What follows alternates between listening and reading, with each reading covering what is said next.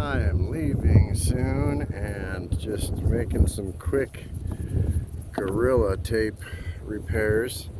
This is the lap sealant. I used all of it. Anyway, I'm not going to bore you. I know this is hideous, but this is what I'm working with, you know?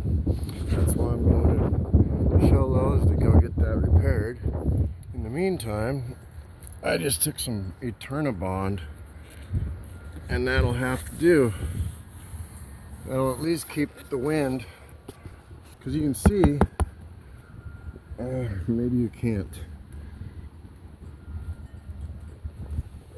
but see how it's bubbled? It's called delamination, and that just ripped off on the freeway one day, and here we are.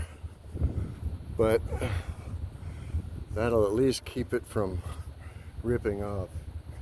And look, just to minimize it,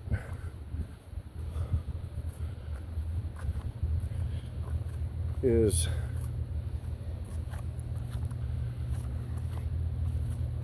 from a distance.